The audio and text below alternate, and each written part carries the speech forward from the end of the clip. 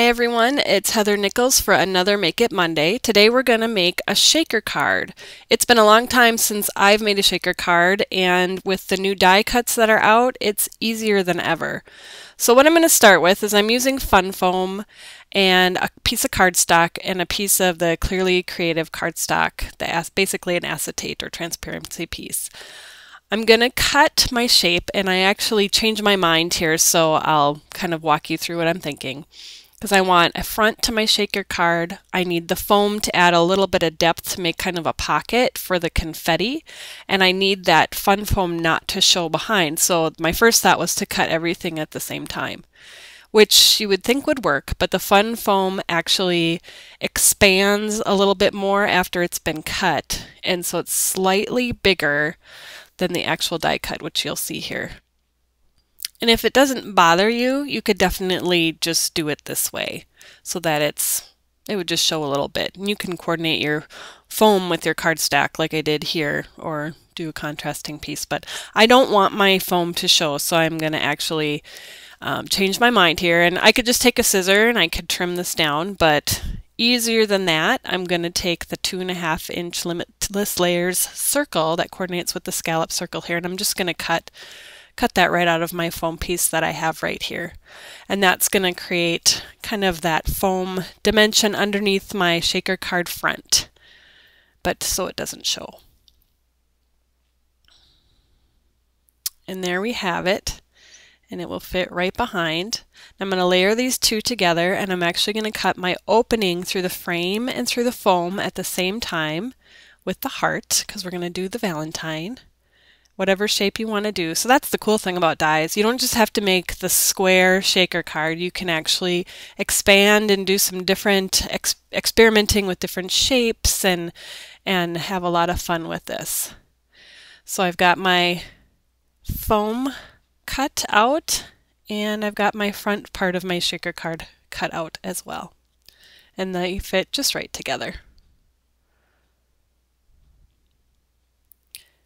Now, next we're going to take the piece of Clearly Creative cardstock, the acetate, and I'm going to cut the 2.5 inch circle from that.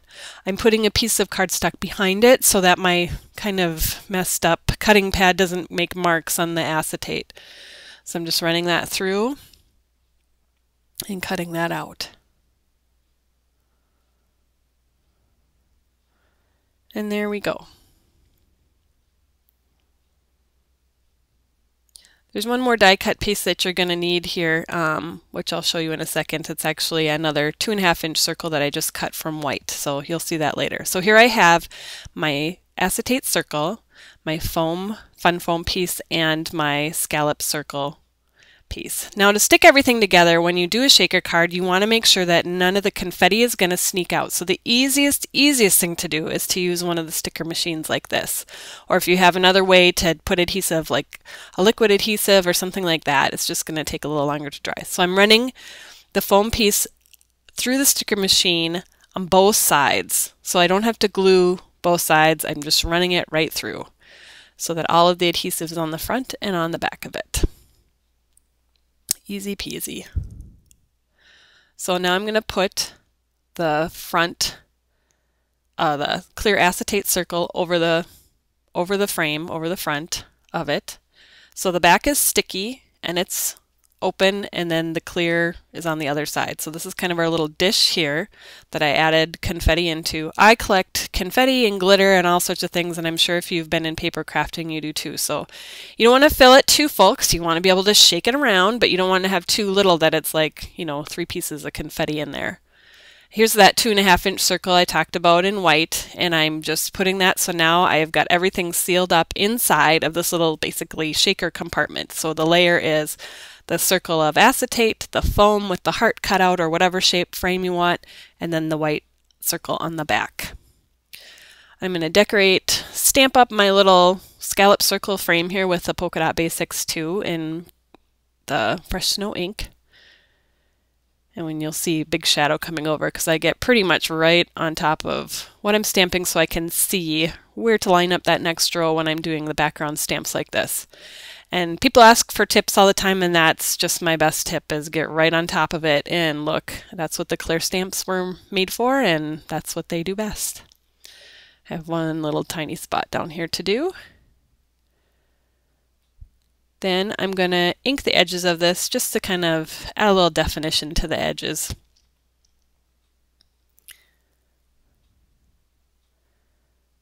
Little different shaped things than a smooth edge are a little bit, not super tricky, but a little bit more tricky.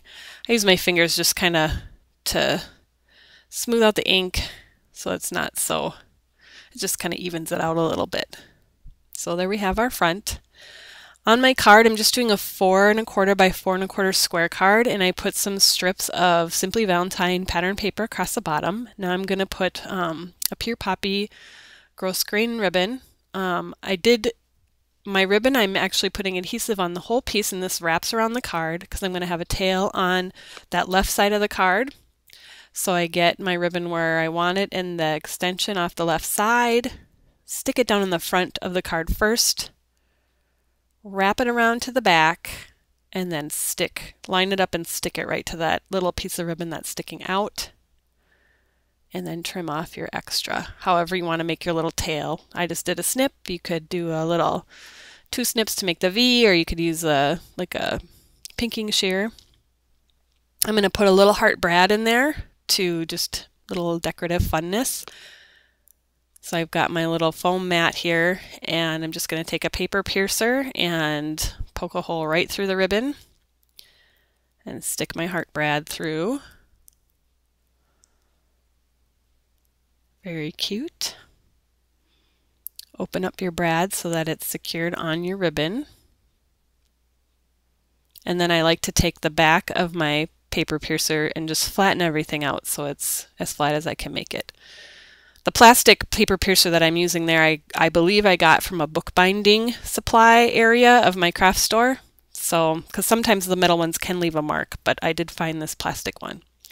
All right, let's put our shaker box all together and stick it on our card. We're gonna use some of the score tape or a super sticky adhesive to stick the scallop circle polka dot frame to the front of the shaker box.